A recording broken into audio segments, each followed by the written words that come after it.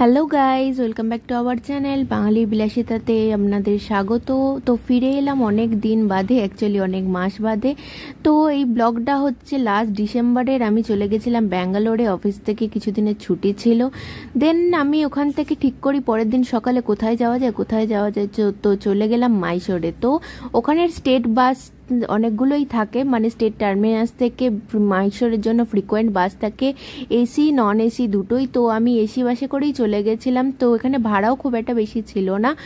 আর আমার এই জার্নিতে ছিল এই বাদামগুলোর সাথে, যাতে আমার মাঝে মাঝেই খুব ক্রেভিং হয়, তো আমি এগুলো খেতে থাকি। তো যাই হোক, তো এসি বাসে মোটামুটি প্রাইস ছিল যতদূর মনে করতে পারছি 300 সামথিং। দেন আমি চলে আসি মাইসোর। ইট ওয়াজ লাইক হার্ডলি 3 আওয়ার্সের জার্নি ছিল। বেশ সুন্দর গোছানো শহর ছিল, মানে দেখে তো আমি প্রথম দিনই শহরটার প্রেমে পড়ে গেছি। একটু কলকাতার ভাইবও পাচ্ছিলাম ঘোড়ার গাড়িগুলোকে দেখে। তো আমি বাস টার্মিনাসে নেমে ওখান থেকে অটো করে চলে যাই আমার আরেক বন্ধুর কাছে। তো সেখানে দুপুরটা একটুখানি থেকে, দুপুর নয় ঠিক হয়তো মানে মোটামুটি বিকেলই হয়ে গেছিলো, আমি বেরিয়ে পড়ি মাইসোর রাজবাড়ির জন্য, যেটা খুব বিখ্যাত। তো আমি পরের দিন মাইসোর রাজবাড়ির পুরো ট্যুরটা কমপ্লিট করি। তো ওটার ডিটেলস আমি তখনই বলে দেবো তোমাদের।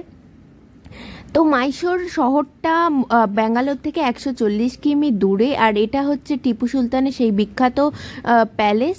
তো সবাই যারা মাইসোর ঘুরতে যাচ্ছ, আমি এটা বলবো চেষ্টা করবে যদি এই লাইটিংটা দেখার ইচ্ছা থাকে 6টার মধ্যে চলে যেতে। কেন কি এই অন্ধকার রাজবাড়িটা হুট করে যখন এরকম আলোয় জ্বলে উঠবে খুবই সুন্দর লাগে। আর সবচেয়ে ভালো সময় হচ্ছে বিজয়া দশমীর সময়, দশেরার টাইমে। কেন কি এই টাইমটা এখানে আরও সুন্দর করে সাজানো হয়। এই হচ্ছে সেই ঘোড়ার গাড়িগুলো, যদিও আমার ঘোড়ার গাড়িতে তখন চড়া হয়নি। বেশ সুন্দর গান বাজিয়ে ঘোড়ার গাড়িগুলো যাচ্ছিল, বেশ সুন্দর লাগছিল। ইচ্ছা আছে পরের বার গিয়ে চড়তে।